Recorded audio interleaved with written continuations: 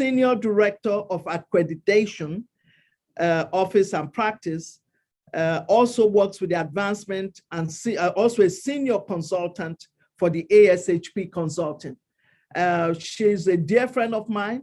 We've known each other for years, and I don't think we can ask for a better person to be part of this team than Lene. So Lene, we welcome. Thank you. I wish we could have done this in person, so you would have had a chance to see what Nigeria looks like and really enjoy the hospitality of my people. We're wonderful people. So thank you. Welcome, Lene. You know, we're glad to have you. Thank you. Now, thank you. Yeah.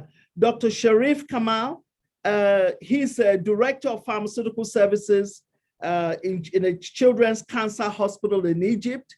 He is somebody that I have to be one of this team, the team today. Unfortunately, he's probably running a little bit late. He has not joined us, but I'm hoping that before we get to the end of this presentation, he'll be able to join us and share his experiences with us. So why do we have him?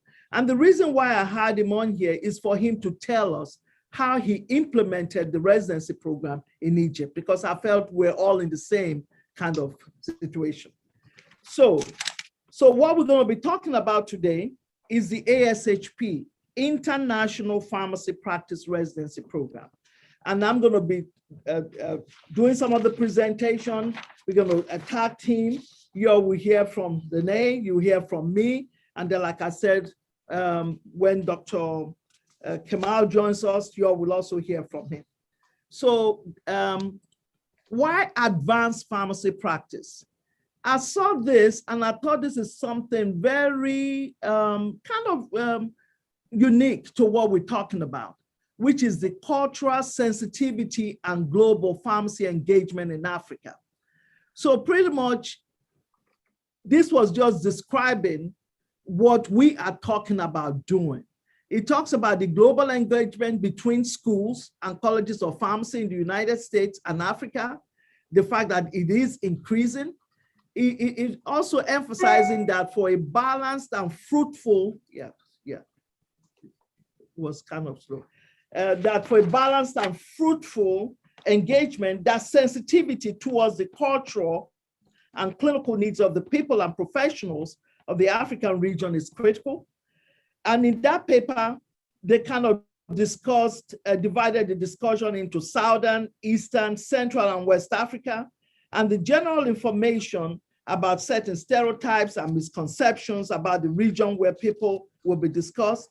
But the key thing that came out of that paper is the recommendations. And that's what I really want to kind of focus on a little bit.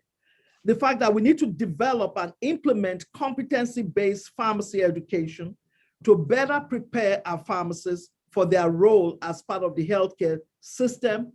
And it's what we're hoping that the residency will kind of help us to help define new improved learning outcomes for clinical pharmacy education and reassess the teaching methods and learning environment, and also to strengthen experiential and interprofessional education through strategic planning and leveraging resources, and develop accreditation standards and quality assurance guidelines locally and regionally. So these are, I just thought this would be a good thing to get started to kind of lead us to where we're going. So next slide. Next slide, yeah. So why are we focusing on best practice standards?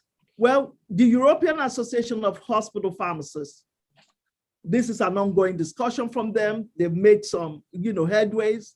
We also know about the Institute for Safe Medication Practices, talking about medication safety, the impact of clinical pharmacists being part of the interdisciplinary team, playing a role when it comes to medication therapy management.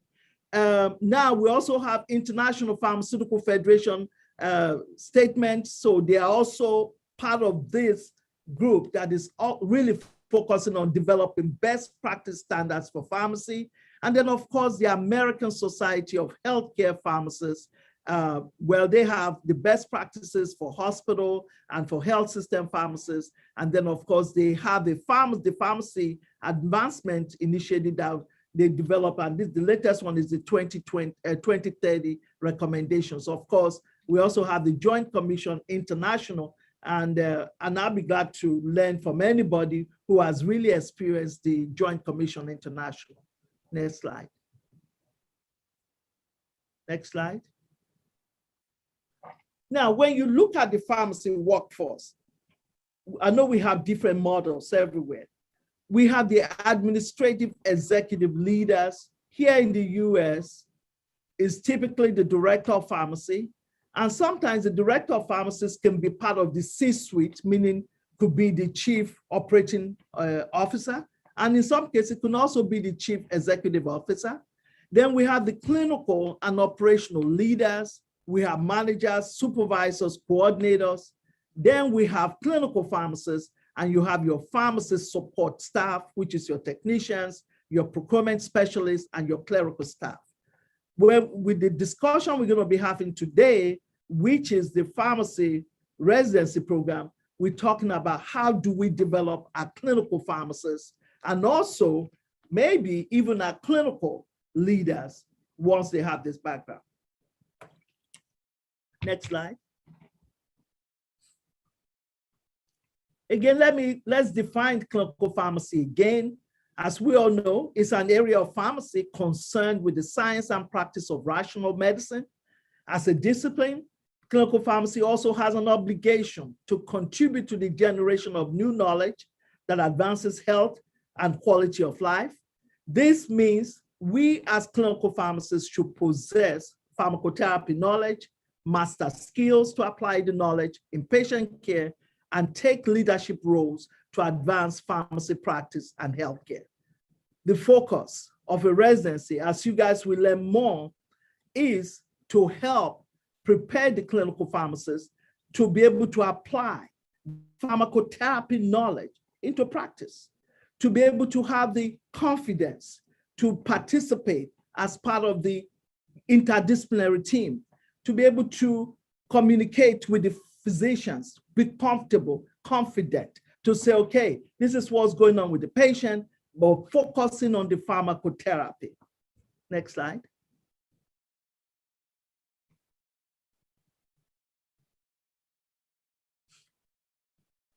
Next slide.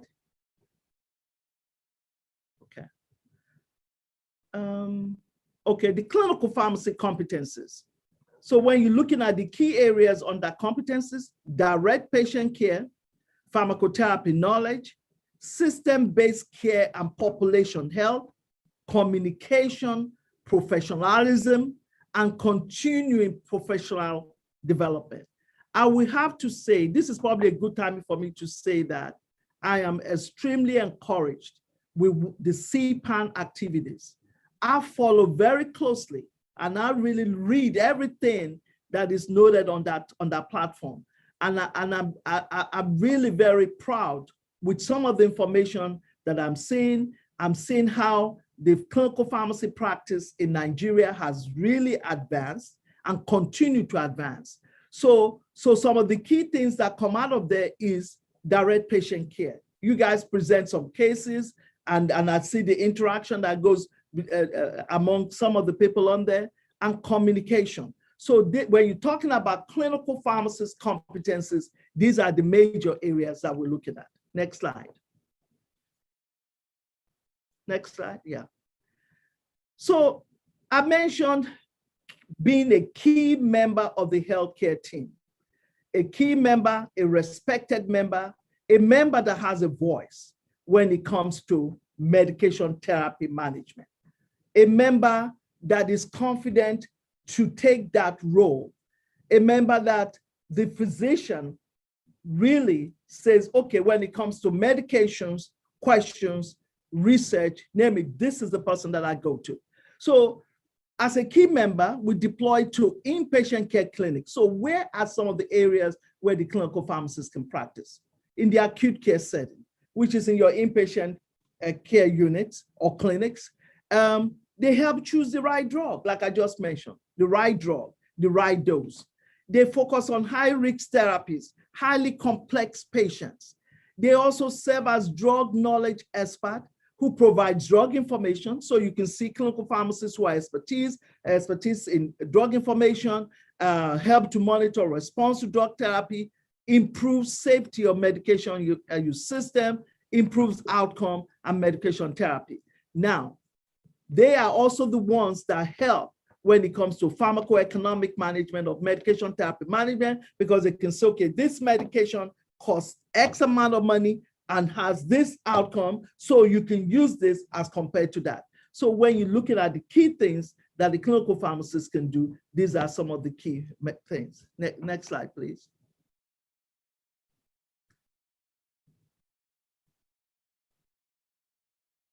Next slide. Yeah.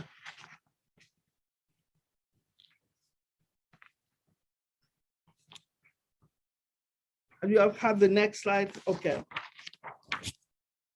No, continuing with the access functions of the clinical pharmacist before the next slide comes. They can access the status of the patient's health problems and can determine whether the prescribed medications are meeting their goals. So again, going back to the function. I think the slide is going backwards instead of forwards. They can also evaluate the appropriateness and effectiveness of the patient's medications. They can consult with the patient's physicians and other healthcare providers in selecting the medication therapy, and can advise the patient on how to take their medication. So again, talking about medication counseling. So now we're even looking at when patients get admitted to the hospital, pharmacists are involved in doing the medication history. They're involved in doing the medication reconciliation, because a lot of studies have shown that a lot of the medication errors pertaining to medication happens in that, So they are not only involved in medication reconciliation, but they're also involved in making sure that the patient is well educated before they get discharged on a particular medication. And in some cases too, call the patient at home to see how the patient is doing, to prevent the patient being readmitted again based on any medication-related issues. So they support the healthcare team's effort to educate the patient on other important steps to improve or maintain his health. Why is this important? Next slide. All this is important because all this together help improve patient care. It helps the quality of services is linked to a well-led and managed pharmacy department. In fact, yesterday we had a meeting in my department, and the person that my director of pharmacy reports to was talking about the value of pharmacy services. And it was really very, very gratifying to hear when he said, pharmacists, you all make a difference. We see pharmacists on the patient care areas. We see you guys rounding with the various teams, the internal medicine team, the critical care team. We see you guys with your pharmacy students, your residents. We see you guys participating in research study. It was really very, very, encouraging to hear that. So having strong staff buy-in and understanding with policy and guidelines can also help improve care. And there's services that are more innovative and efficient. I think I just said we're also looking at some point, very soon, we're looking at starting our ambulatory care services, meaning looking at the outpatient version of what we do working with the patients. So everything I've described right here is talking about patients that is in the hospital. So we're also developing a program to see, okay, how can we start having our clinical pharmacists involved with our well patients in the ambulatory care setting? So all that is, are all the key things that pharmacists can do working with the various providers to help, improve patient care. Next slide. So what are some of the barriers to clinical pharmacy practice? I think some of them you guys already know. Number one, not having sufficient experiential training. And I know our system here is a little bit different from Nigeria. Our system here is the last year of the pharmacy student, the last year in their training is devoted to them having what we call experiential training. They have rotations in critical care. They have rotation in internal medicine. They have rotation in metabolic support. They have the rotations in kinetics. So they have blocks. Some of them do 4 weeks, a block of rotation in each of these areas I've mentioned. Some do 5 weeks, but that whole year is focused on experiential training. And what do I mean by that? That means they are in a specific location. They are working with people you call preceptors. Preceptors are already the clinicians who are already practicing, all right, and have an expertise in that particular field. So the student is under that preceptor, and the role of the preceptor is to really expose the student to what they do. So that is the opportunity for the student to really see, oh, this is what a critical care specialist or a critical care pharmacist does, and they can be more hands-on. So if a clinician is not exposed to this experiential training, that may be a hindrance to them to being a clinical pharmacist.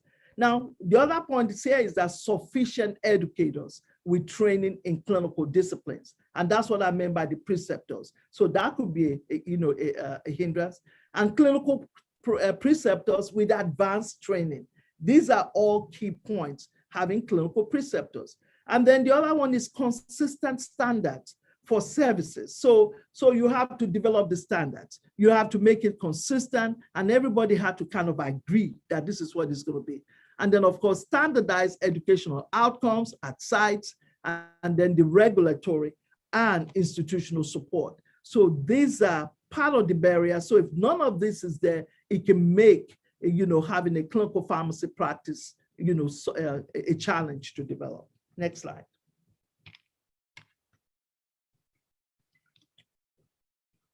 So what are some of the strategies? And hopefully we're going to discuss that, some of them here. Obviously, we need to develop and implement competency-based pharmacy education to better prepare pharmacists for their role as part of the healthcare system. And I'm very encouraged to know that we already have some of that in place. We need to define new improved learning outcomes for clinical pharmacy education and reassess the teaching methods and learning environment. And all this can come in under the preceptor development program, whereby you look at, okay, how do you develop your preceptors to be able to precept, to be able to evaluate, and so on and so forth. We have to strengthen experiential and interprofessional education. And I really want to stress on that interprofessional education. Interprofessional education really helps give the pharmacist or the student the comfort level of dealing with other providers, of dealing with physicians, of interacting with nurses. So it helps with that confidence level there. So that can be done through strategic planning and leveraging the resources. We have to develop and implement quality continuous professional development programs as part of the licensure renewal. And I'm glad we have a PCN representative on. We have to also develop accreditation standards and quality assurance guidelines locally and regionally to address and standardize pharmacy education and practice.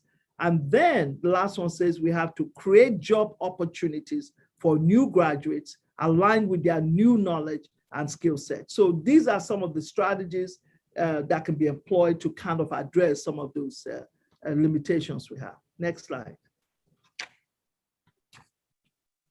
Now, so this is the point that I'm going to have Lene Mahoney to be able to talk to us. So what I've done is giving you all a background of some of the clinical pharmacy pertinent information. So now I'm going to have Lene talk to us about the International Hospital Pharmacy Services Accreditation, if this is what we decide to do. So Lene. Thank you, Teresa. It's really great to be working with you again. I hope we do see each other soon and in Nigeria. That would be fantastic. Yes. I just, I wanted to let you know I've been communicating and Sharif is on. Yes, very good. Yes. He is muted, so somebody will actually have to unmute him when it's time. Okay, thank you. So let me get started here. Teresa just provided at the tail end here of her introductory presentation a list of barriers to clinical practice, and then she provided some strategies to advance pharmacy practice. And one of these was to develop accreditation standards and quality assurance guidelines locally and regionally to address and standardize pharmacy education and practice.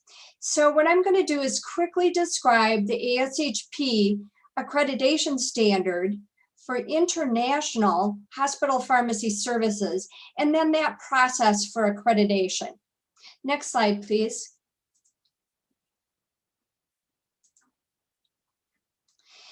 So accreditation has become very important in healthcare, and that's around the world, because accreditation is a process used by healthcare organizations to accurately assess the level of performance, their level of performance in relation to established standards, and then to implement ways to continuously improve.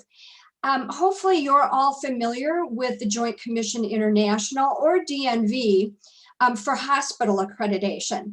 Well, the ASHP accreditation is specific for hospital pharmacy services internationally. And what it's intended to do is provide formal recognition of the high quality of services and care that you're providing by your hospital pharmacy.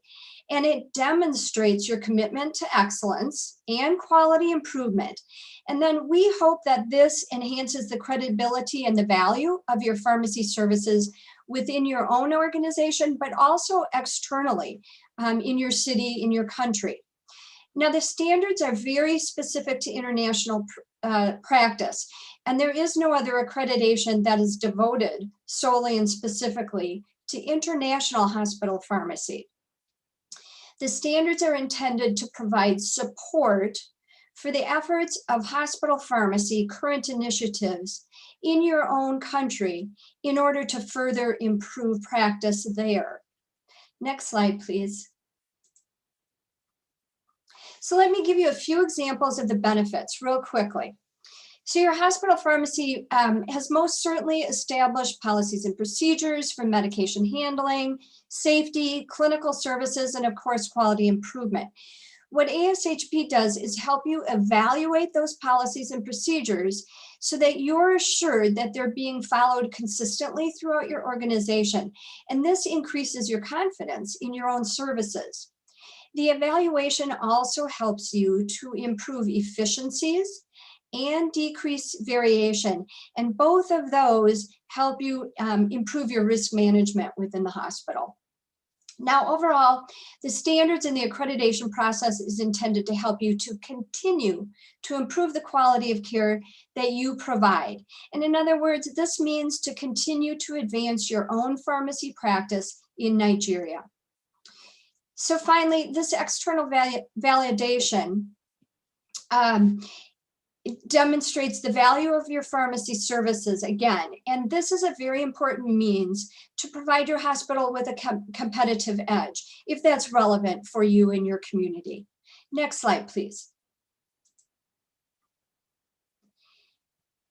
The accreditation process is really quite straightforward, and it's composed of the steps described on this slide.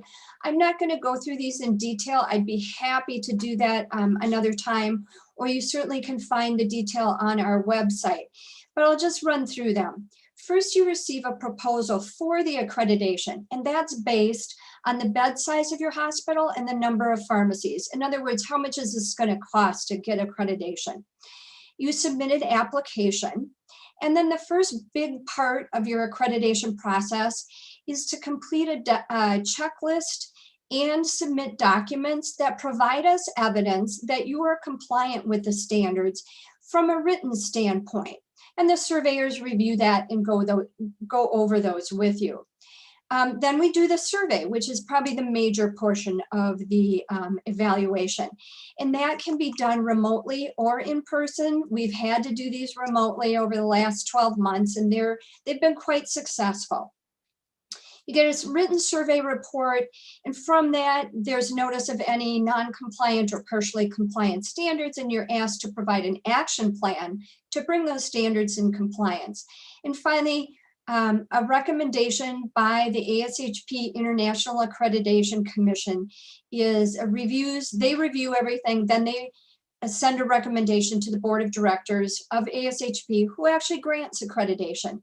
And the accreditation term is 3 years. Next slide, please. Another major ASHP accreditation, and I think the one that's quite of interest today, is accreditation of the pharmacy practice residency. Next slide, please. So some of you might be familiar with the ASHP PGY1 or PGY2 residencies, but there may be many of you who are not acquainted with a pharmacy practice residency program. So I'll just explain quickly here, and Teresa is really going to go into it. The residency is a pharmacist postgraduate training program, and the purpose for this, for developing a residency program, is so that the hospital pharmacy or outpatient pharmacy can build on the pharmacy education that the student has received and contribute to the development of clinical pharmacists, as Teresa was saying, responsible for medication-related care of patients. And it's also to grow pharmacists delivered patient care services in their own organization. Now, the residency establishes criteria for training pharmacists to achieve this professional competence, so then they can have a leadership role in advancing practice in your own country. Next slide, please. So why get, so you can develop an accredited or a residency program, but why have it accredited? And the reason for that is because it will, the accreditation process evaluates the program that you're offering against the standard. So we look at the educational and experiential practice being provided by the pharmacy service for the resident and the quality expectations that we have for the actual pharmacy services.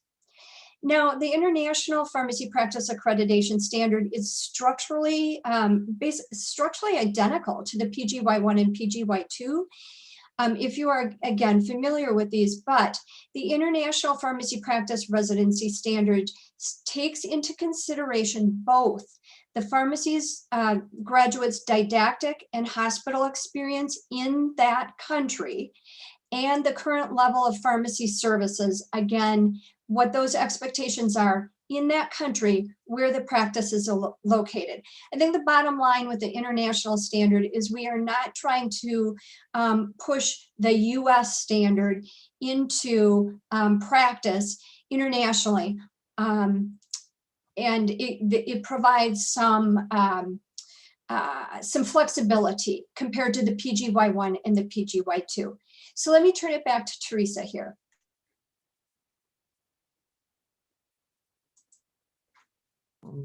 Yeah. All right. Thanks, Leigh. That was great. So, like she mentioned, so we have, I think next slide. Yeah. All right. So in US, like Leigh mentioned, we have the PGY1 and the PGY2.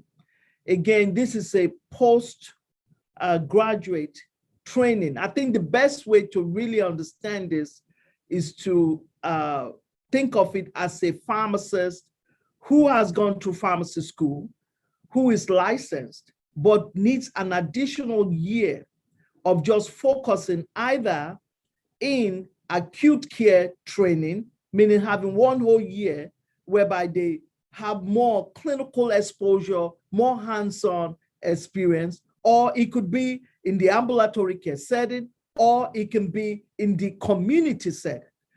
So there are residency programs for acute care, for community and ambulatory. So now let's assume somebody does that postgraduate year one is typically a general residency program, meaning they're touching base on all aspects of clinical pharmacy areas. Now they may decide that, oh, we want to specialize either maybe in critical care or internal medicine or oncology. Then if they decide to do that, then they will do what you call the postgraduate year two, which is that makes them a specialist in that particular area once they finish. So I think the best way, like I said, the PGY one is more general. So that helps you develop a generalist clinical pharmacist. An additional year of PGY2 then helps develop a specialist in a particular area. It could be critical care, it could be nutrition support. Like in my case, I'm a specialist in critical care nutrition support. You can have internal medicine. What we're talking about today is what we need to do with the International Pharmacy Residency Program, what that will be. Now, so, and how we want to go about it. So I think Lene has made it some very good points, which is having ASHP involved will give that credibility, that accreditation. So it'd be interesting to hear how Kamal did his, and that will, and the fact that we also have to look at what's happening in that country. For example, we're not going to use the standards in the hospital, the standards that we have here for hospital in US is not going to be applied to what is happening in Nigeria. So we have to look at what's happening in that hospital, in that country. The other point I want to make is typically residency programs are developed by hospitals, either institutions or community pharmacy or ambulatory care. So let's say you have a hospital A that is interested to do a residency program. That hospital A is the one that you're going to look at the international, the ASHP international standards and see if that hospital meets those criteria, all right?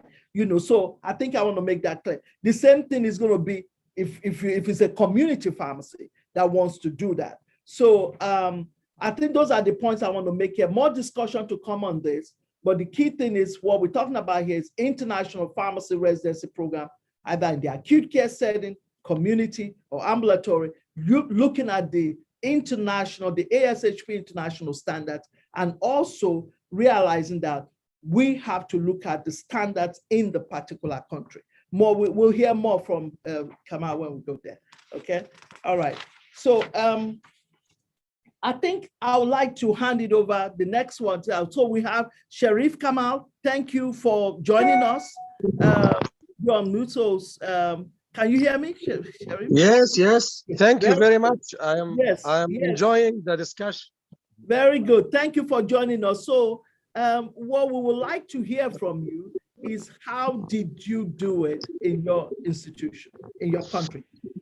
I already introduced you. He's the director of pharmacy, you know, and he started the residency program inside. So Sharif?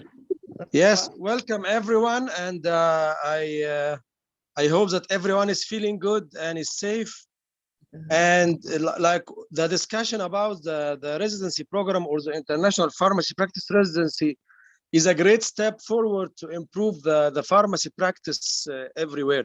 So when we started I need to tell you that we started to deal with the American Society of Health System pharmacists back in 1998, because we started clinical pharmacy in Egypt then in 1998, and we were trying to find best practice. And as you, Teresa, were showing, the ASHP has this book about the best practice. So we're contacting ASHP to look for this book and how to make our best practice. And since then, we are doing all our policies, procedures, practice according to this best practice and SHP policies and procedures, white papers, all of this. So like we need first to ask ourselves, like the residency program or the international pharmacy practice residency is a very important step, and it is not only professional training or postgraduate education. To get the accreditation, you need to have both best practice, you need to have a good quality practice, and you need to have a good training site. And the best practice is available. You spoke about, and Lene spoke about Joint Commission International. So before we went for the residency, we went through two accreditation and re-accreditation by the Joint Commission International, where we were working very hard through years to understand the medication management and use process and how pharmacy is responsible that the physician writes the right medication and that the nurse administers the right medication through the 8 steps of the medication management process. But regarding when we moved to the residency program, there was an additional part here. So you need to have a safe environment, a good quality environment for training, for postgraduate training, but you need to have a curriculum. You're speaking about the curriculum, learning experience, and learning activities. And here exactly was the major job, the major time I spent. So we started first to get our leadership commitment and the accreditation, as you're speaking about the importance of accreditation and why we should go for accreditation. One very important part of accreditation that it unites all the staff in the hospital for one goal. In addition, it also ensures leadership commitment, which is essential for success of any project. So one of the major activities we were doing that we were translating all these standards into practice. And the most part was how you can translate the learning outcomes that are here that are provided by the American Institute of Health System pharmacists into learning experiences in your hospital. And then, which is very critical, to learning activities in your hospital. So every learning outcome is translated into learning experience and learning activities. And to do that, you need to do two things: prepare your hospital and prepare your staff and provide tool for your staff and for the residents. So you spoke about the preceptors. This is a major issue. You need to, we worked very hard to prepare and qualify our pharmacy staff that were already more than 5, maybe sometimes 10 years experience in clinical pharmacy. We worked through a complete year to how to make them qualified preceptors for the residency program. And then we went through the paperwork of how to apply for resident program and all of this. And then, like, it is very important also to prepare your site to receive residents. And the issue in training residents that they are not students. So residents need to be able to work by themselves. And we spend a lot of time, maybe also a lot of time to convince the staff to trust residents to do the work. And as you were saying about the rotation, so for example, if you have a rotation that is 1 month, for example, the first week is shadowing, and then rest of the weeks, they are responsible for patients. So this is very important to do. So like the first step that you need to do to go for the residency program, number one, is you need to meet your staff and agree on why you are making this residency program. And we agreed that this residency program is rewriting history for pharmacy practice in Egypt. And that this residency program, the International Pharmacy Practice Residency, will change not only the future of pharmacy, but also the future of pharmacy education. And what we made that we created by this residency, like when you graduate as a pharmacist in Egypt, I don't know about Nigeria.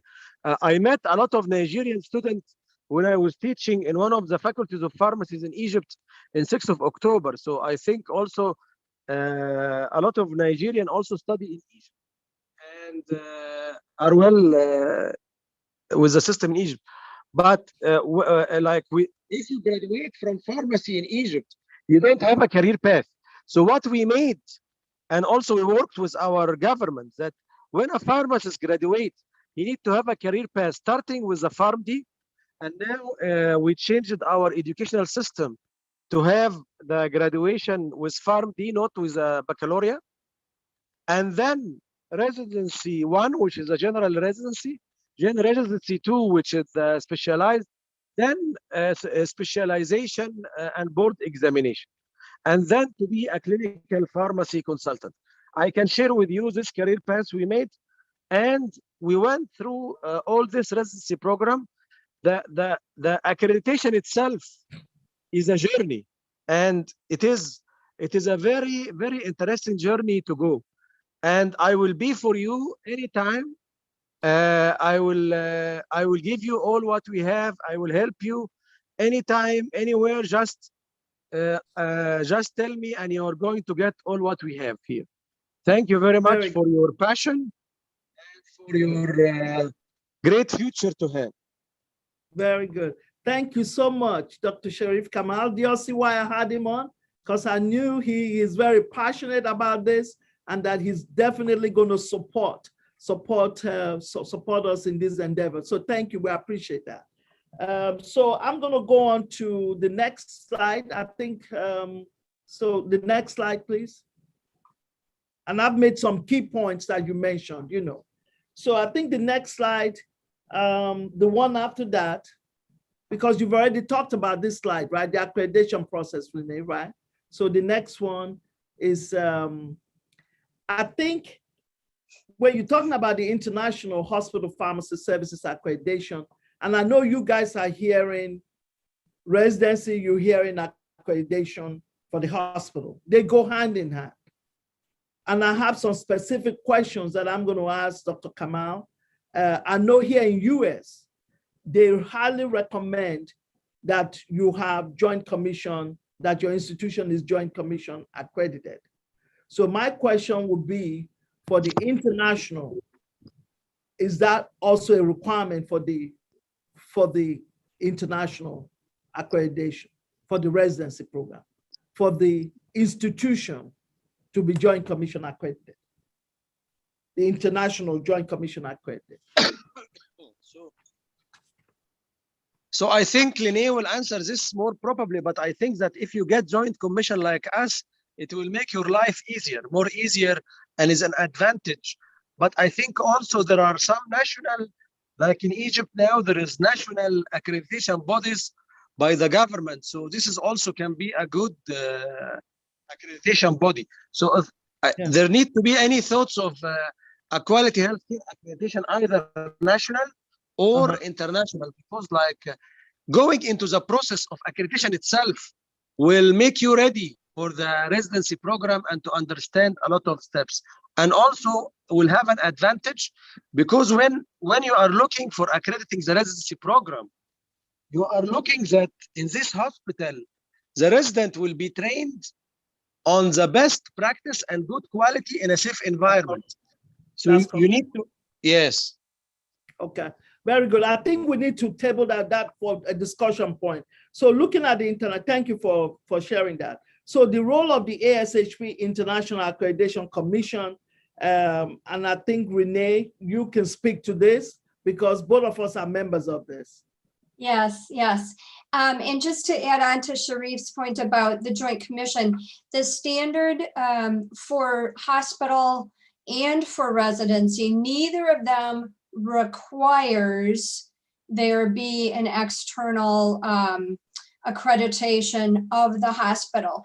Highly advised, just as Dr. Kamal was mentioning. We're looking for some evidence that the care and services of the hospital as a whole is of high quality. So sometimes governments do that versus a voluntary accreditation. So thanks, Sharif. Okay. We've been talking about the two different, multiple accreditation programs available through ASHP. On the US side, there's a commission that reviews accreditations for US hospitals.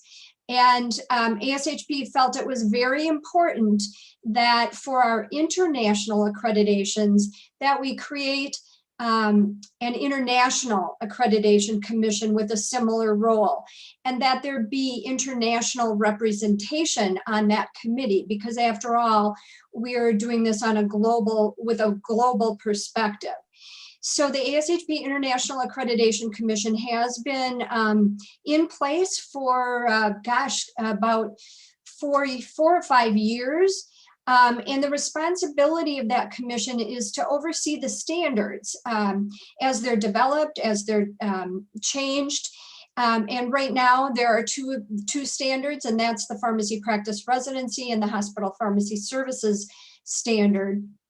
And the commission also reviews all of the survey reports from the various applicants for accreditation, and then they are the ones that recommend accreditation to the board of directors. So it's a group of peers that reviews what the surveyors provide from the evaluation. So there's that global representation includes the Netherlands, Kingdom of Saudi Arabia, Singapore, Spain, UAE, and of course the US. And Teresa sits on that commission, and Sharif also does. Both of those were appointed last fall, and my guess is you're going to have a hard time getting off of that commission. I would need to be on there. Lastly, the accreditation term for hospital is 3 years. For the residency, it can be anywhere from 1 to 6 years. Back to you, Teresa. Thank you. Thank you, Lene, for explaining that. Next slide.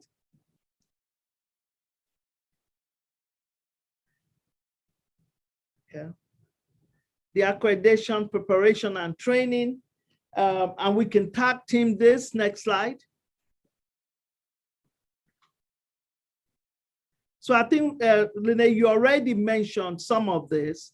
So these are some of the steps that are involved for preparing for accreditation. Of course, you already talked about the readiness to offer a residency program. And you all heard from Dr. Kamal. He mentioned to you guys, the first thing is you have to get leadership buy-in. You have to have a champion within your institution. I've been a residency program director now, going to like close to like 18, 19 years. I have a lot of my residents that are out there doing bigger and better things than I am. Some of them are specialists. Some of them are clinical pharmacists. Some of them have even advanced to the point whereby they developing clinical pharmacy programs, you know, and that's the beauty about being involved in residency, for you to mentor, train individuals that will be out there and continue to advance clinical pharmacy program. Now, so one is the readiness to offer one. Do you want to, does your institution have the interest? Do you have the buy-in from your management team? Yeah, a physician could even be one of your champions. So that's very important. Then the next one would be the readiness and suitability to undergo accreditation of pharmacy department. And I want to stress here is that definitely we're not going to be using US standards. Definitely will not be the key. So there is international standards, because the standards we have in Nigeria, for example, is different from the one we have here in US. So that is going to be taken into account. And that's why they have the standards that will be shared with the organization. And then you'll be able to do a pre-assessment, looking at that information to say, okay, does this meet this? Is it partial? Is it fully compliant? Or is it not compliant before you go ahead and do that? Now, they also have the mock surveys for candidate programs and other customized programs, So I would like to hear from Sharif at some point, if he actually did that. If he did that, how did he do it? So these are some of the key steps, when you're looking at, preparing for accreditation, once you develop the interest that this is what you want to do. Again, I want to stress, it's not just in acute care. Community pharmacy can also have a residency. So please kind of keep that in mind. Next slide. Now, patient care services and scope of pharmacy service, they're going to look at that. And some of the key things that they will look at would be, what kind of relationship do you have with your providers, your physicians? What kind of relationship do you have with nurses? Do you have are your pharmacists already involved in working with all these key disciplines?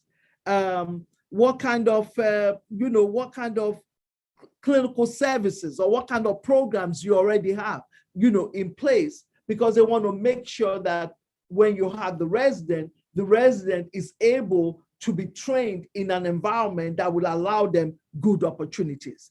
And that's where your preceptors will come in. And that's another point I want to mention here. When I started looking at this about the preceptors, I was kind of concerned that, maybe with Nigeria, it's going to be like it is here in US in terms of preceptors qualification.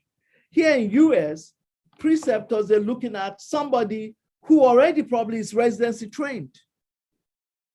Whereas when you look at the standards that we develop for the international, they have made allowance to say, okay, we know we don't have residency programs in this part of, in that part, in Nigeria. So I was very happy to note that they're saying that if you have somebody who has been practicing for X amount of years in a particular field with preceptor development program, that person can be a preceptor.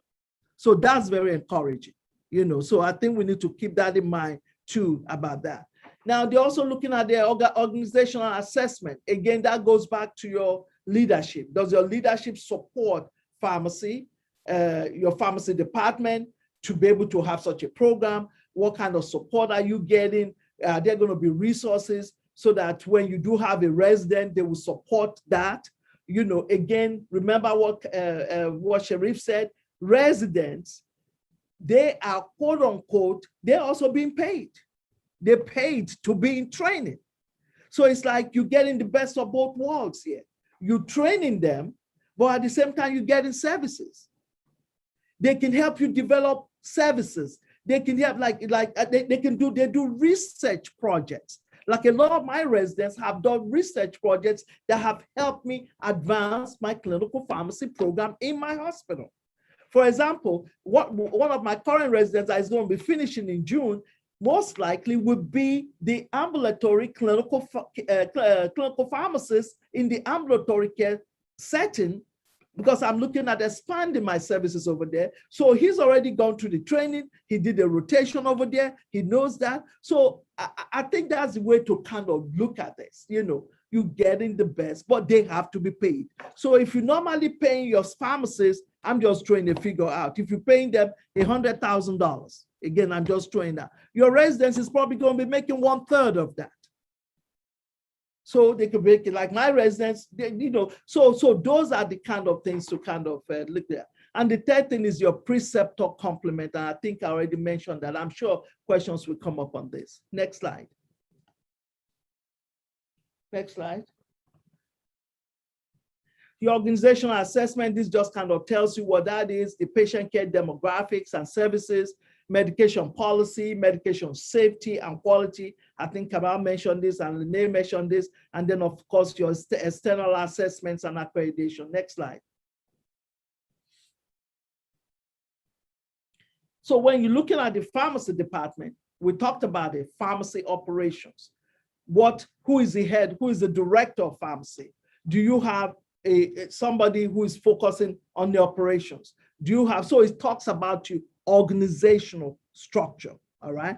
And then the second one where it says the clinical and patient care services, what kind of services you have? For example, do you have your pharmacists decentralized to your ICU area? Do you have them decentralized to your internal medicine? Do you have your pharmacists involved in the oncology? Are you, so it looks at what you currently have in terms of your patient care services. And of course, yeah, the third one says your policy, your safety, quality, and supply chain. So that those are all some of the things they're going to look at, but you will have your pre-assessment questions that will line up, that will be aligned with your standards to kind of see where you are with that. Next slide. Next slide. Okay, so so the next slides, I think. Okay, so this is talking about your clinical and patient care. Wait a minute, can you go back a little bit? Go back to the previous slides, please.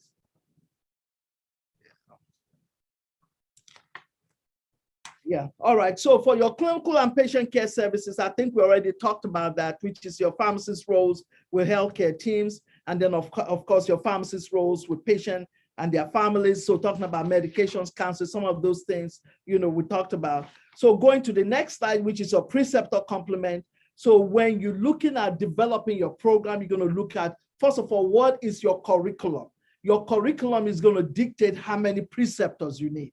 It's also going to look, you're also going to look at what are the patient care roles and responsibilities, and then qualifications. And qualifications is already what I already mentioned. So in Nigeria, we're probably going to be saying qualifications of our preceptors probably will not be people who already are residency trained. It's probably going to be people who are already practicing X amount of years in that particular area, or it could be plus minus people that have gone through the fellowship. So I think that's the key thing that I really want to make sure, because it's not going to be the same as we have here in US. US is looking at, are you residency trained? But in Nigeria, it's going to be how many years have you practiced in that particular area? And then maybe you can do it like a preceptor development program could help develop those people more into preceptors. And of course, the teaching roles, So I think the next slide just kind of gives you guys, next slide. So the next slide just talks about access, ability to meet ASHP accreditation standards, and that, go on to the next slide. And that just kind of gives you, again, some of the things that you all have heard in terms of self-assessment, use of best practice, and then the customs and norms. And then the training programs, we already talked about that too, is once you decide you're going to do it, then obviously you need to also talk about designing your residency program. You may have to do a workshop. Yeah, then you have to develop your program. And then, of course, your preceptor development, which is what I mentioned quite a bit about that. And then you have on the slide, which is slide 33, talks about program and preceptor development, some of the key aspects of your preceptor development program. Maybe this is somewhere, if you're interested and you want to do this, probably having somebody to help you do the preceptor development program. Like I've done a few preceptor development program in Nigeria in the past. Kamel can be a resource person, for that, All right. So, Linnea, I don't know if you want to talk about the ASHP aspects in terms of once they decide that they want to do, what was the step in terms of this? Sure, I can jump in here. And let's see, if you could go ahead a slide, so 32. Mm-hmm. Is that the training programs? It's okay, all right. Okay. Yeah. Okay. So we know, there's a great desire to develop residency programs. And over the years, ASHP has expended a lot of energy for the good of our members, but for the good of practice, because that's who we serve, into helping pharmacies develop residencies. So we have a couple, quite a few offerings. And one of those is this residency program design and conduct workshop. And that is offered typically at the mid-year clinical meeting. It's a day and a half. It precedes the actual meeting. And you have very experienced residency preceptors who many have been residency surveyors also for the accreditation teaching that. So you're learning from your peers. There are also specific programs for teaching you how to develop the program itself and preceptor development. So next slide, please. The program and preceptor development, I won't go through all of these, but it just points out these areas that the training would assist you with. Again, you can do this all on your own.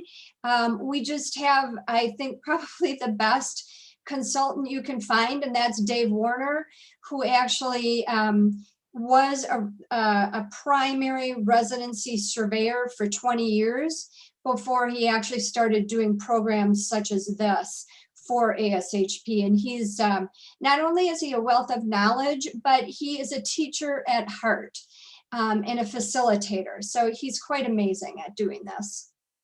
And he has done it all over the world. I think the guy's got more miles than any of us put together. Next slides. We also conduct a mock survey. So Dave would do this for you.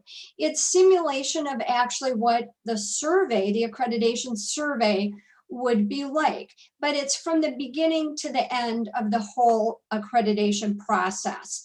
So let me go to the next slide. So starting with the preparation for actually going through a survey, he's going to help you with that.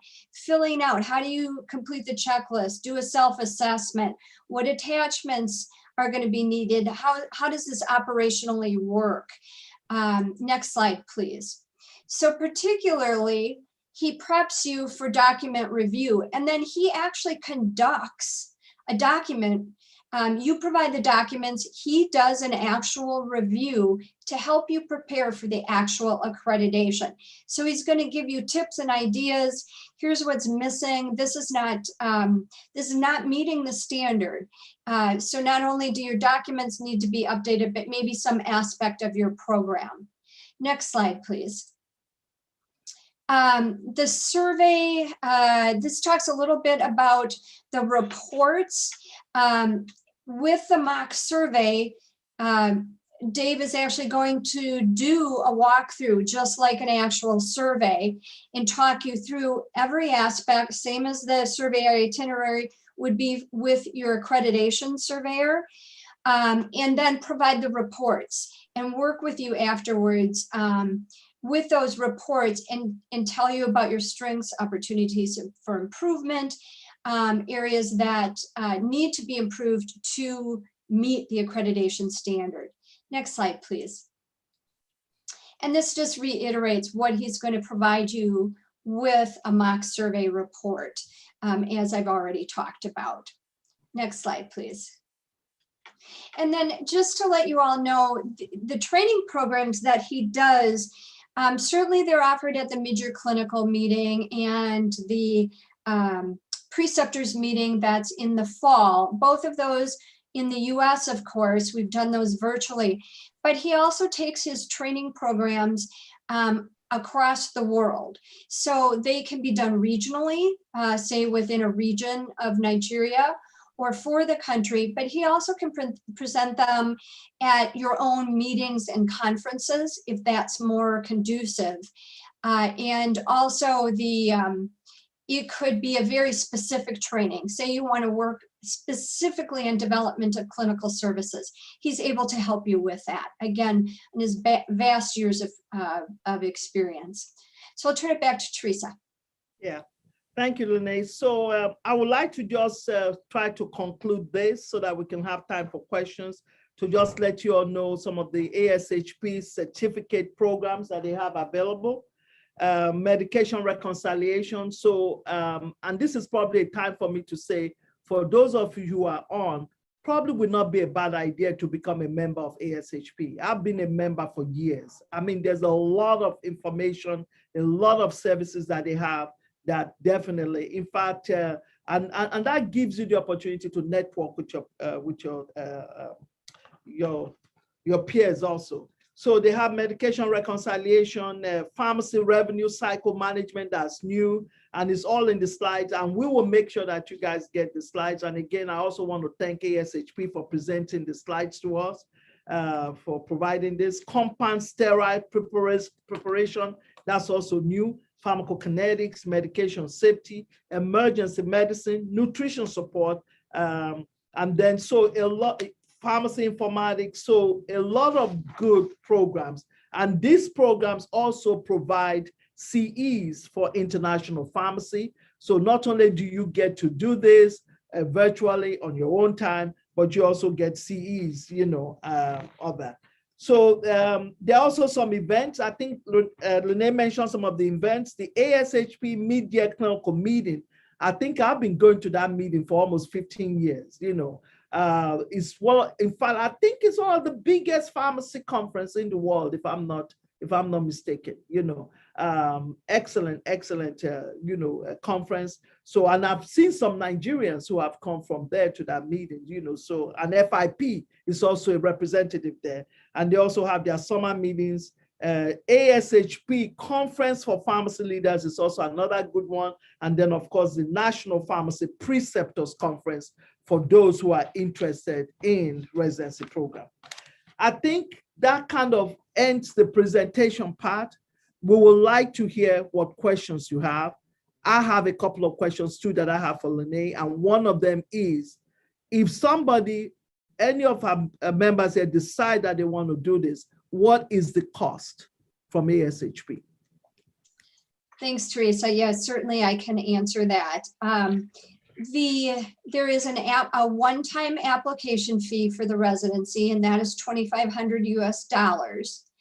And then the yearly annual accreditation fee is $5,000.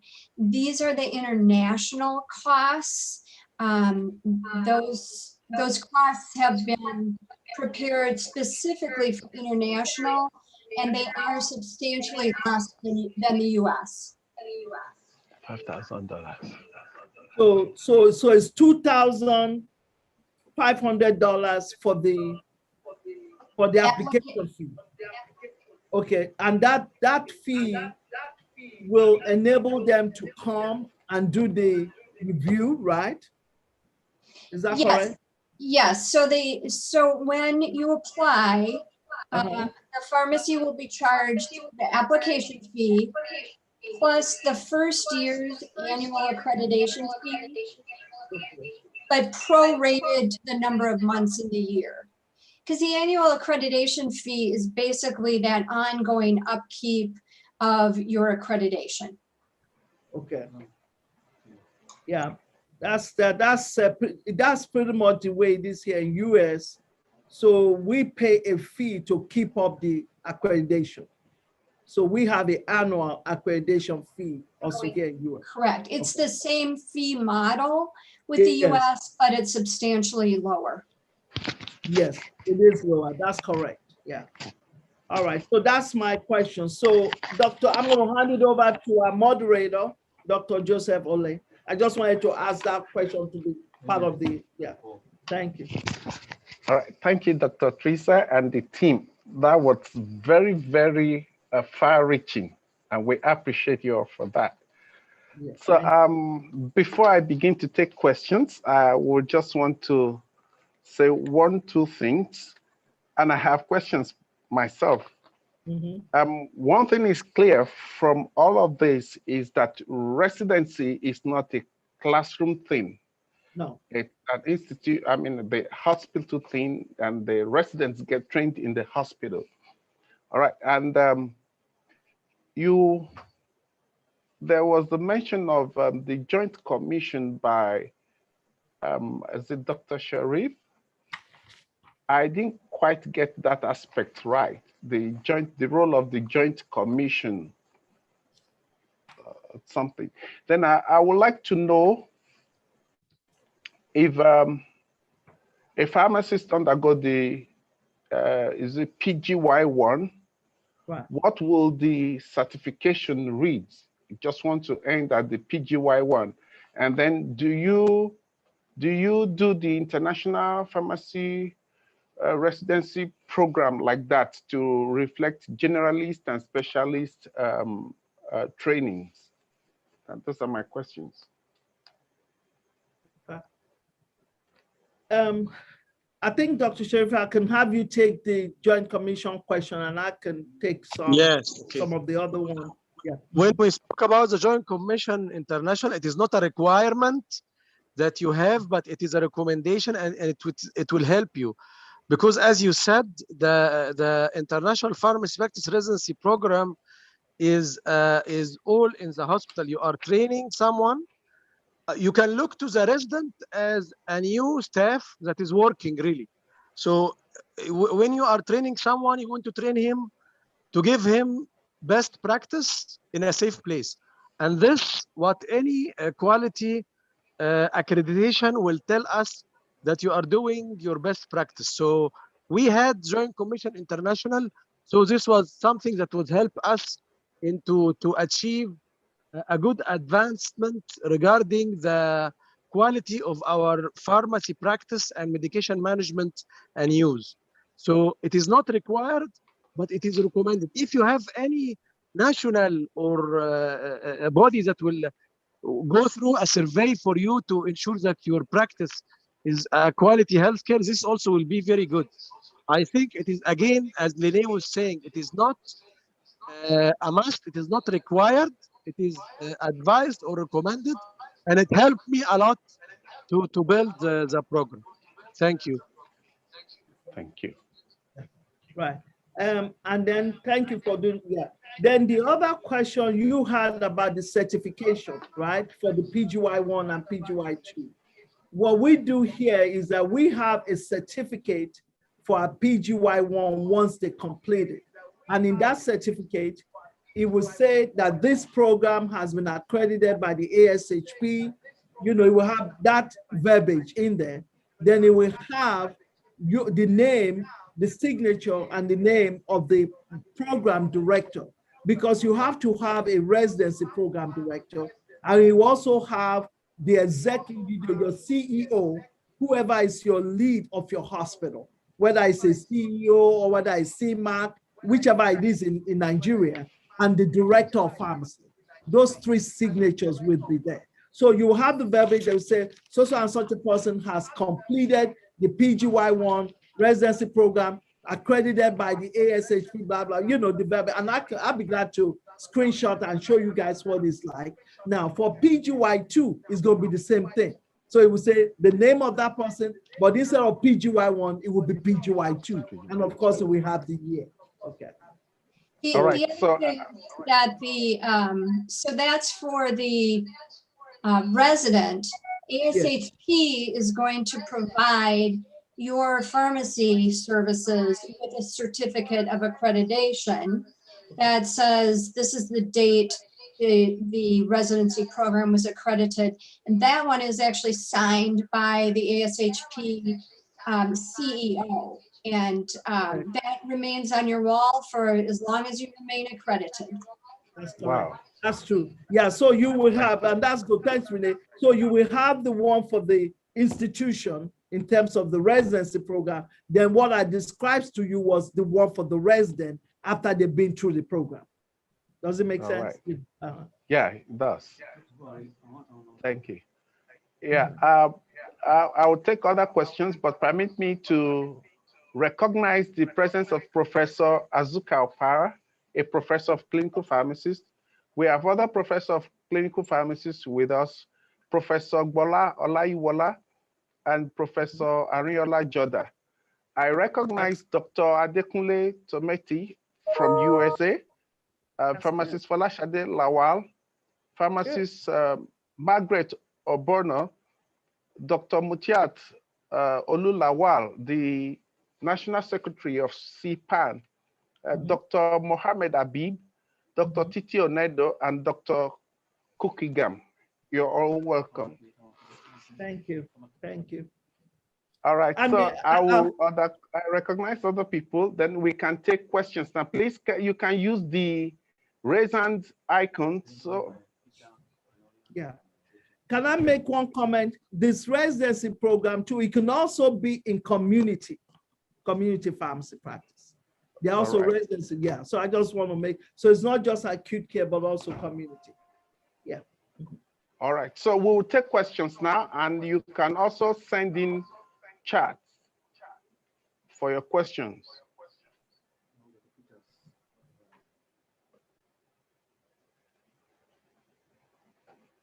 Am I host? So I want to recognize Dr. Alphonsus Peter and Dr. Famakide. Dr. Alphonsus, you raise up your hand. Yeah. Yeah. Hello. I'm not. Good afternoon. Good afternoon. My name is Dr. Alphonsus Peter. I'd like to thank Line for the wonderful presentation, Dr. Teresa Pound and Dr. Kama from Egypt. We've actually been looking at how to fine-tune our own kind of board certification training. By coincidence, I'm the one in charge of CPAN, group of trainers. So it's of interest to me that we are actually going this far. I had actually made personal contact with somebody from American College of Clinical Pharmacy with respect to this. And some of the information he gave me is similar to what you are saying today. And what of which is that they have assessment of the sites that are going to be used for this kind of presentation. You know, he equally said it could be online or it could be physical, depending on what we are ready. So I'm so elated that we are going this far and we have the right people handling this topic. I wanted to ask a question about community pharmacy, residency, and good enough Dr. Teresa Pound has quickly just added to that is possible and is doable. Now, I'd like to know what would be the criteria for getting this international residency done in community pharmacy, in Nigeria. Secondly, you talked about the international trainer, that we have a trainer, there is somebody that could do it for us, that he probably could liaise with us or we could liaise with him. I'm interested to know the personality or to a contact of the director of that international trainer you talked about while you were making your presentation. You said we could communicate with him. He might go around from time to time. It could be some virtual. So I think I'd like to communicate with him, being the one in charge of CPAN group of trainers. So we could come up with something that would be useful to us in our own setting. So I've asked two questions. One is community pharmacy. One is the contact of the trainer and what the person can do for us. Thank you. Okay. Thank you. Thank you. So do we harvest all the questions or you would like to respond to each question? I think maybe we can get all the questions and then we'll start responding. All right. Professor Arinola Joda, please, your hand is raised. You can ask your question now.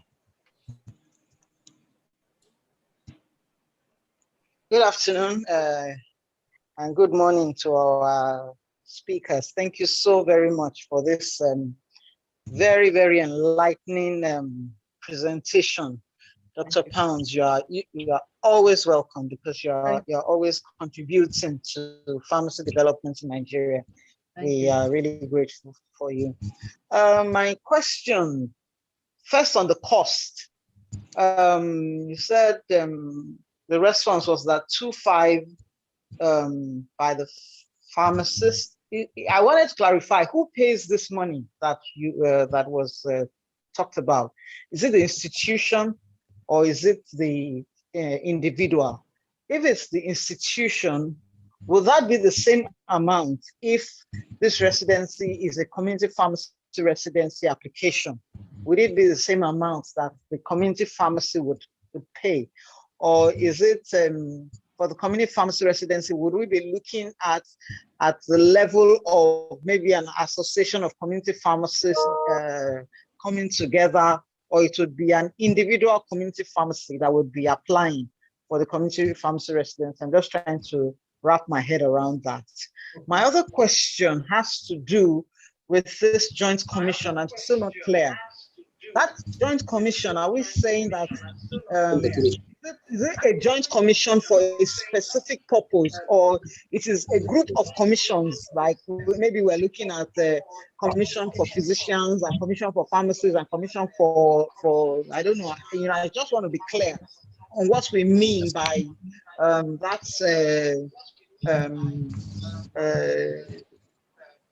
desirable application for joint commission. That desirable application, we have established that it is not compulsory, but I'm not quite sure of what the joint commission is about? Is it that it's a group of commissions looking at different things, or that commission is actually the name of a committee or agency specific for a specific purpose? So I just need some clarification on that as well. Thank you very much. All right, thank you. Teresa, I apologize for interjecting. Do you think that I could answer some of these now? Because I won't be able to keep track of all of these. Okay, go ahead. You go ahead, Jen. Why don't you answer some of them? Okay. Okay. Is it okay? Go ahead. I it might, so I'm getting a lot of interference. Maybe if everybody went on mute. Can everybody go on mute so that there's a lot of interference?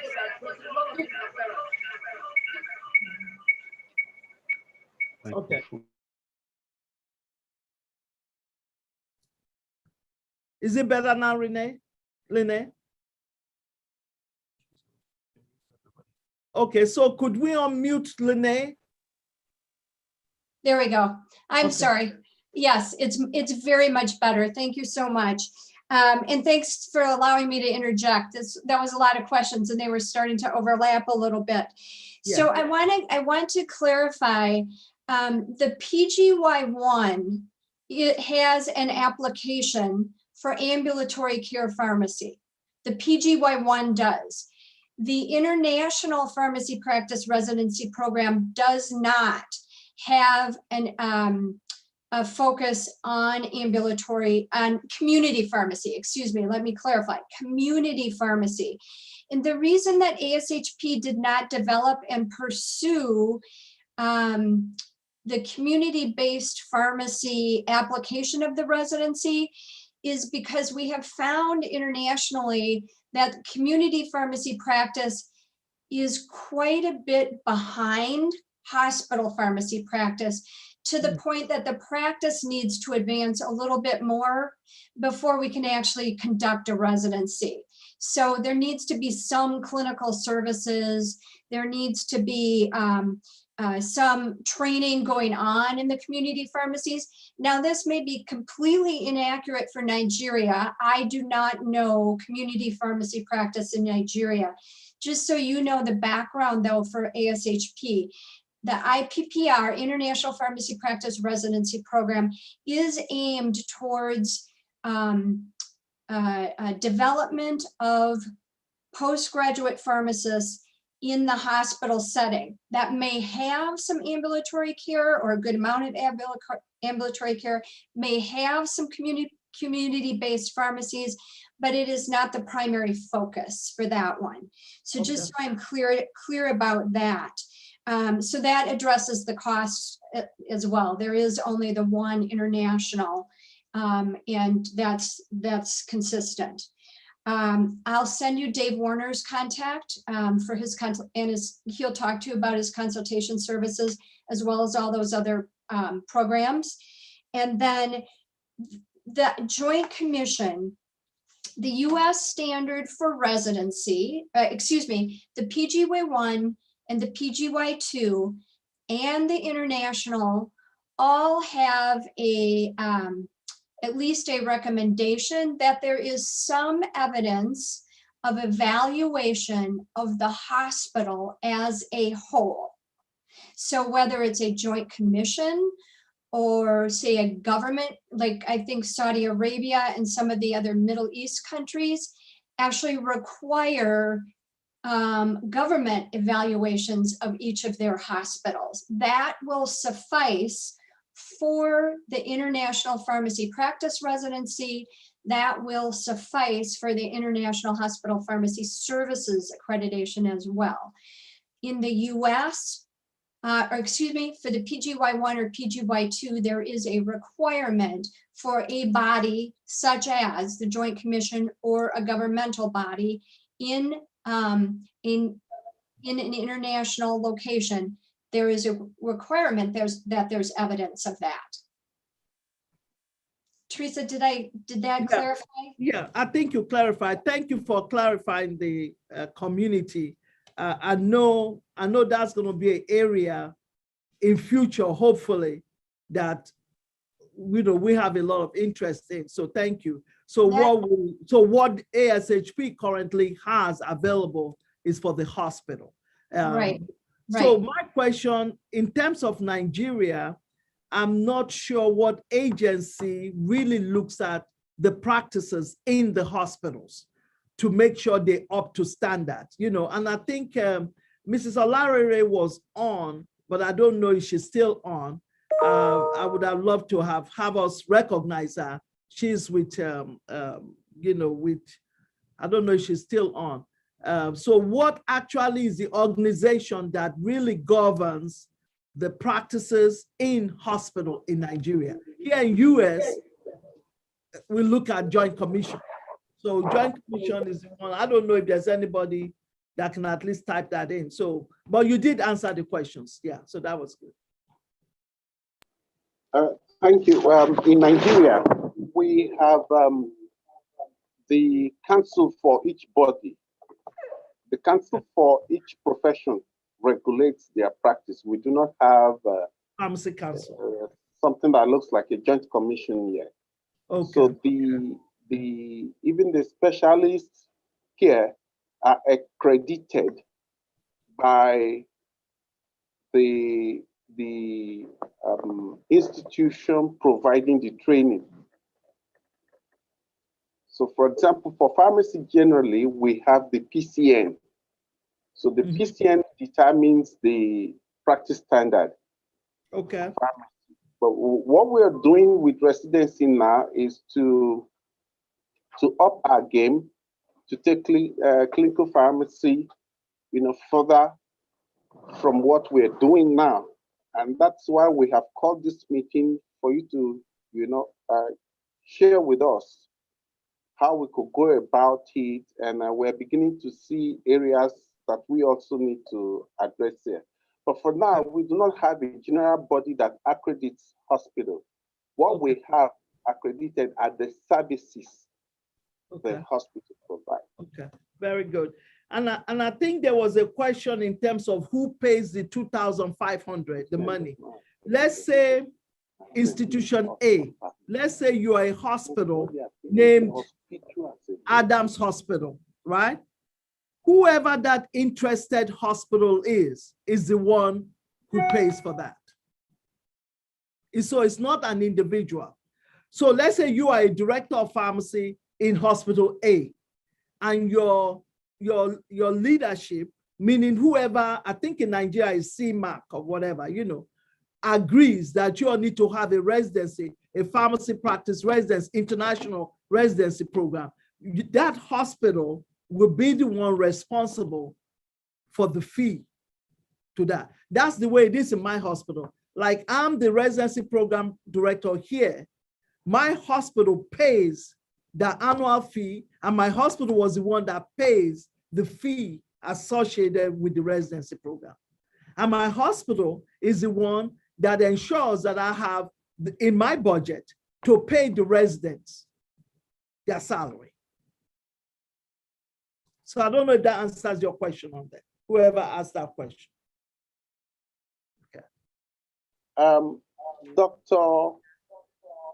Adesanya, you can ask your question now. Dr. Rachel Adesanya.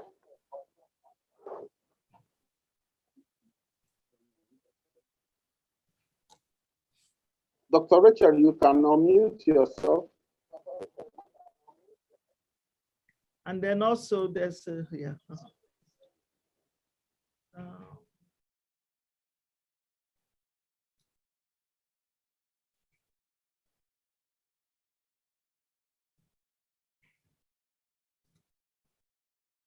Yeah, and there's also Dr. Nwafo, Maureen Nwafo is also. Yes.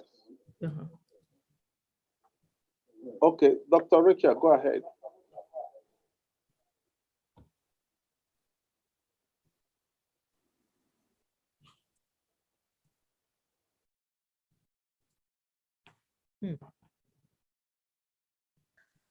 Hello. Hello. Yes. You can hear me now. Thank you. Yes. Yeah, just not to take our time, want to thank all the presenters once again. We appreciate you.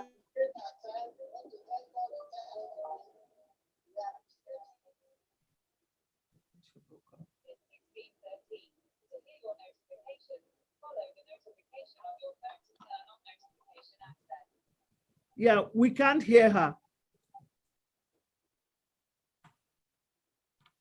All right, we will take Dr. Maureen Wanfo. Please unmute yourself and ask your question, Dr. Maureen.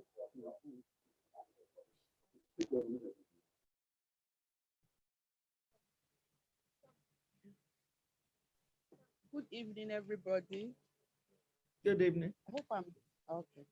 I'm glad that Yeah. I'm here this evening to listen to these highly inspirational lectures from our colleague, mother of clinical pharmacy in Nigeria, Dr. Teresa Pounds. We are glad to have you, ma'am. Thank So you. I have a few questions. People around me have been asking me, what is the difference between this ASHP residency we are talking about now and what we have on ground in Nigeria? That's the West African Postgraduate College of Pharmacy, because we still have some of their students in our facility doing their residency. So I want to ask, and I'm happy that Professor Azuka Opara is with us now. Can you differentiate the two programs now? What are the differences?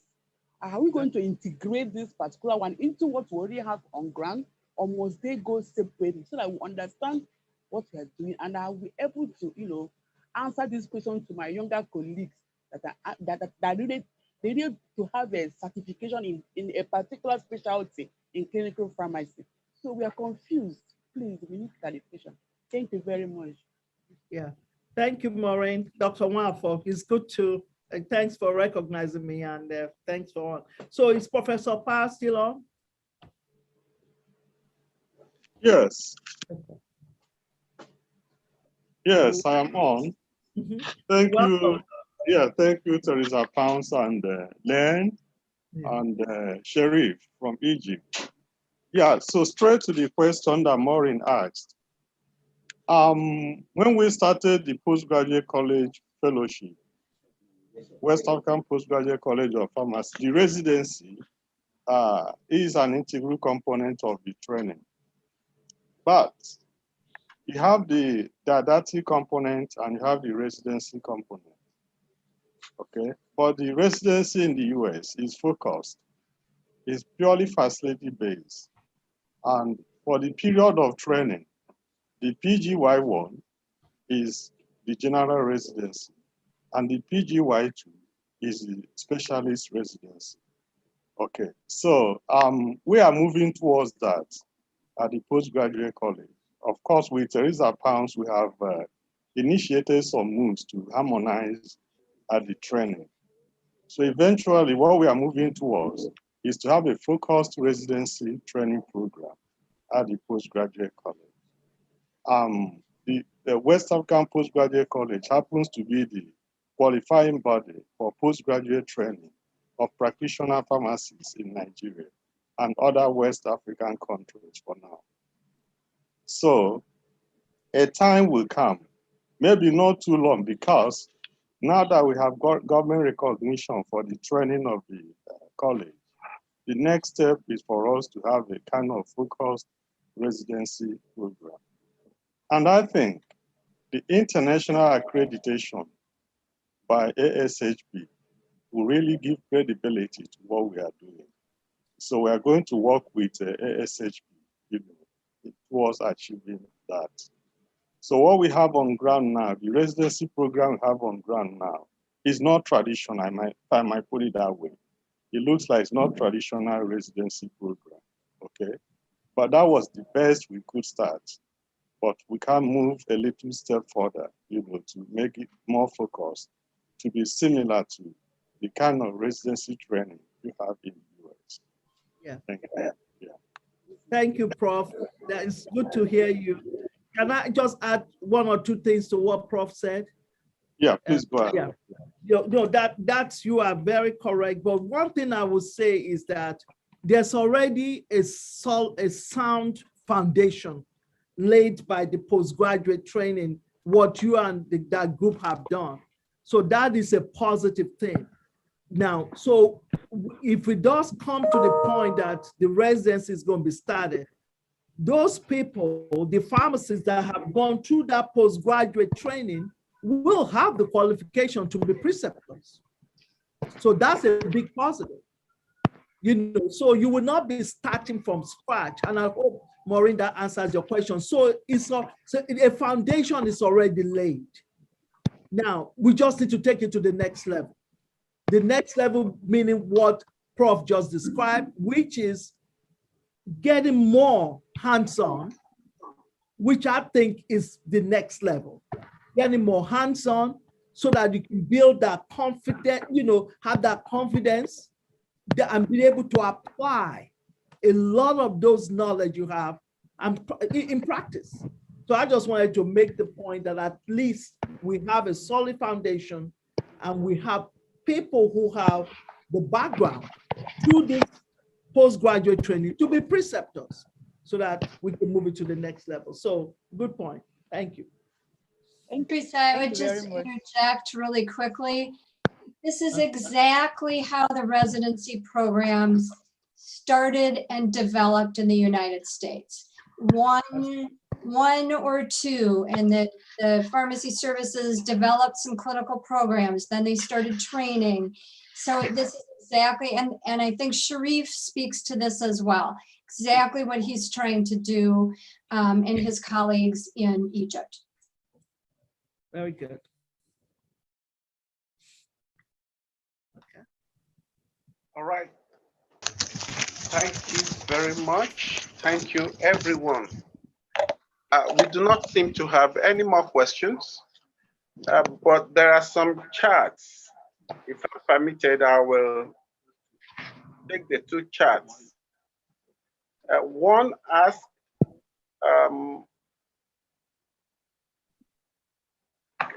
can we come over to the US for residency training? I can take that.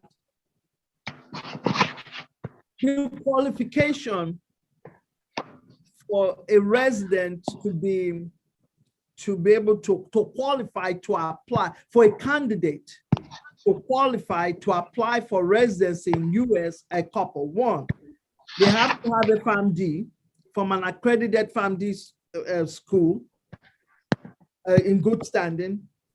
They have to be licensed. Because keep in mind, these are pharmacists.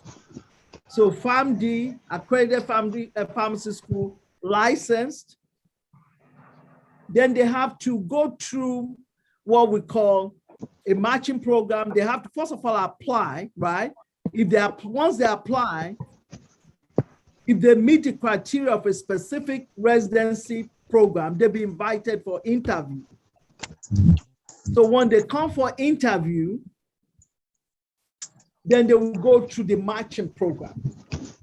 The matching means, you know, and if they match with a particular program, then they can start their residency program.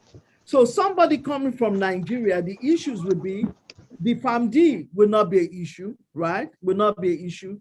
The issue will be, are they licensed? Are they licensed in US? So that means they have to go through the requirements, you know, through the, being that they're trained in the foreign, you know, the foreign equivalency exam to become licensed. So I think the answer to that question is yes or no. If you can meet this criteria, I don't see why not.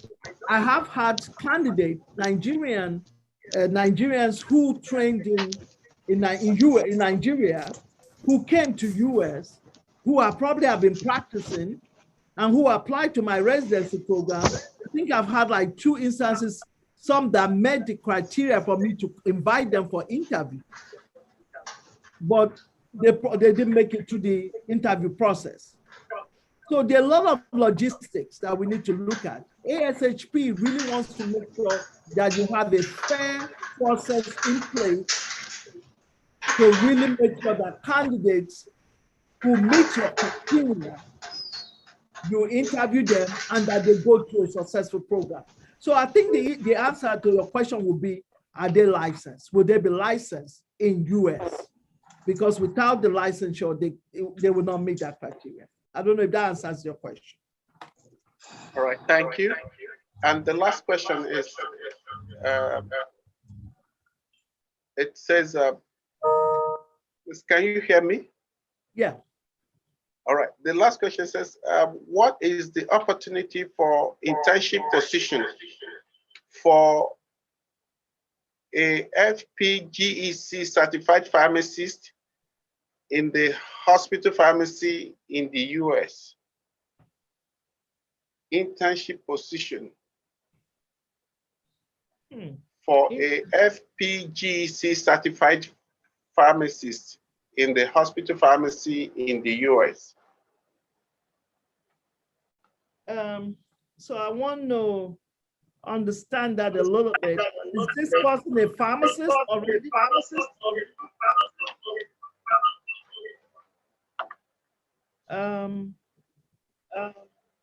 Can we have that person clarify their question a little bit? There's echo going on here too.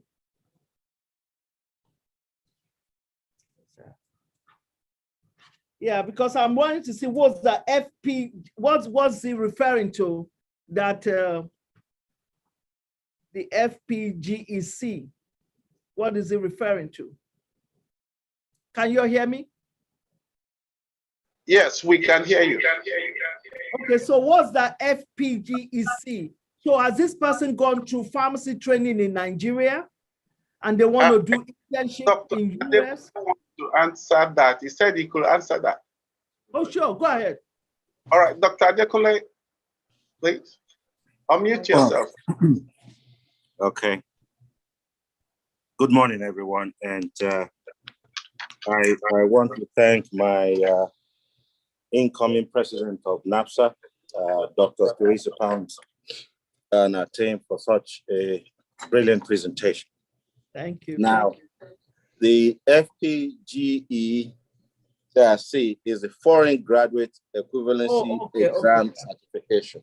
That is a pharmacist like myself that trained at Great Effect and came over to America. I had to write the foreign graduate equivalency examination. Okay. Once I passed that, they give me a certificate.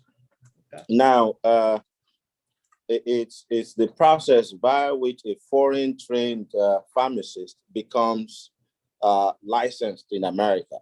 So before we even talk about internship at all, you must first become licensed. So if I understand the question correctly, by the time you get the FPGEC, you're still ways away from being licensed in any state in the United States. When I got my FPGEC, that was in the end of 1998, I didn't become licensed until March 2000, because I had to then pass a test of spoken English, a test of English as foreign language. And then I had to complete 1,500 hours of internship. And then I had to take the NAPLEX as well as jurisprudence exam. And all of those things take time. Until all those are done, one is not able to become licensed in the United States. Some of the requirements that one will need after all those exams will be your residency status in the US, because you will need a social security number to be able to proceed and move forward in the licensing process. I hope that helps. Oh, no, this is excellent. Well, let me thank you, Dr. Kule. Thank you for really explaining that. That makes a lot of sense. And I also want to recognize him. He's a valuable member of ANAPSA, and I can see him. And then there's another person I see, Dr. Imao Meher, also a valuable on our executive, NAPSA executive. So I'm really glad both of you could join today. Yeah. So that answers the question. So the issue still is being licensed in US. So, and I think he clearly explained that. Yeah, thank you. I still see two people's hand up. I see Maureen and Dr. Peter Alphonsus.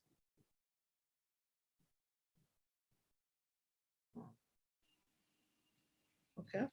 Yeah. Hello, can we hear me? Yes, I can hear you now. Yeah, actually, I'm speaking on behalf of Dr. Rachel Odosanya that went off. She had to call me to present her question. Okay. Hello, can we hear me? Yes, we can hear you. Yeah, Dr. Rachel Odosanya was the one that was trying to speak, and she went off because her network had issues. Okay. You know, so she was actually. Yes, she is. But Yeah, she won't be able to there's a lot of because from work. Feedback. And I think Yeah, said hello. I'm pregnant. Put your bag. Where your bag? Can they I went on every ride. Congrats. Maya, you didn't agree.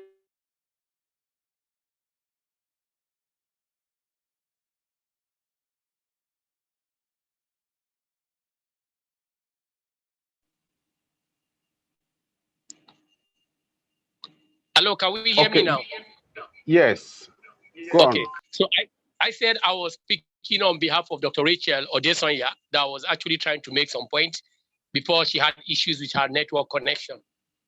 So she has a point that she was advising that as we go to register, if we intend to register the residency program with the government, we should be a little cautious so that they don't look at it that the program is superior to the Nigerian fellowship program, you know. So she's advising that we should look for a way out, not to make it look like there's a friction, so that we could just do it, yes, but we shouldn't make it look like it's superior to what we have done, so that the medical doctors don't use that against us. So that was her submission she was trying to make. I don't know if I've been able to make the point she said. That was what I think I heard she was trying to talk about. Then again, I was yeah, that's well taken. Yeah, I'll call on that brings us to the end of today's. So I'd like to call on Dr. Medubi Grace to give the vote of thanks.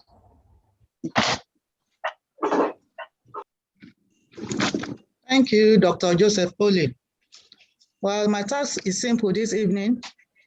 On behalf of the Drug Information Unit, Pharmacy Department, University of Ilorin Teaching Hospital, Ilorin, Kwara State, Nigeria. I want to say a big thank you to the team, or rather the panel of discussants, for the informative, enlightening, interesting, and brilliant presentations on the topic, Overview of American Society of Health System Pharmacists International Pharmacy Practice Residency Program. I sincerely appreciate Dr. Teresa Pants, Clinical Pharmacy Manager and PGY Residency Director, West Atlanta Medical Center. My preceptor, during my PharmD at the University of Benin, she gave us background information on clinical pharmacy and also downloaded information. How are you? The residency program in our various hospitals. Your passion, your intellect, professional contribution. Thank you very much, ma'am. I want to gratitude to Dr. Senior Director of Office and Practice, ASHP consultant. She described the accreditation standards. She mentioned that accreditation. Thank you very much for the wonderful presentation and contribution. Let me say thank you to Dr. Sharif Kamal, Director of Pharmaceutical Sciences at the Children's Cancer Hospitals. He provided information on how the residency program was established and run in the hospitals in Egypt. And good to know that you are ready. You'll be ready to come as a resource person to Nigeria whenever we call upon you. We appreciate your passion. Thank you very much, sir, for the fantastic presentation. Participants, we have had a useful day of intellectual ideas. We have profited from it. It is so enriching to listen to the team. It has been a great session. Once again, thank you, our distinguished speakers. I want to, at this time, thank our dignitaries. First of all, I'd like to thank the Chief Medical Director, University of Ilorin Teaching Hospital, and also our Mebu CMAC, UITH, the PSH Kwara State Chairman, ASHP National, CIPA National Chairman too. I want to thank all the fellows of Pharmaceutical Society of Nigeria, the fellows of West African Postgraduate College of Pharmacists, all professors online, PCN rep, the Director of Pharmaceutical Services, Kwara State, Mebu HOD, Director of Pharmaceutical Services, University of Lyon Teaching Hospital. We really appreciate your presence, sirs, en masse. I'd like to sincerely thank all the pharmacists from within and also in diaspora that have joined online. We really appreciate your audience. I also want to thank physicians, nurses, and other members of the health. We appreciate your audience. Thank you all. God bless you all. All right. Thank you, everyone. Enjoy the rest of your day. Thank you. Thank you. It's a great session. Thank you.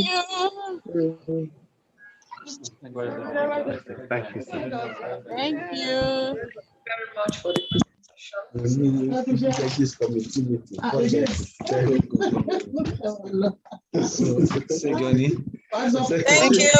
Thank you so much. Bye. Bye. Thank you. Well done. UITH, well done. Thank you, fellow. Thank you. UITH is really trying. You guys are setting the pace. Our secretary, thank you. Sharif and Ms. Lane, we thank you so much. Oh, Dr. Ramadan Bello. Karim, sir. Thank you so much.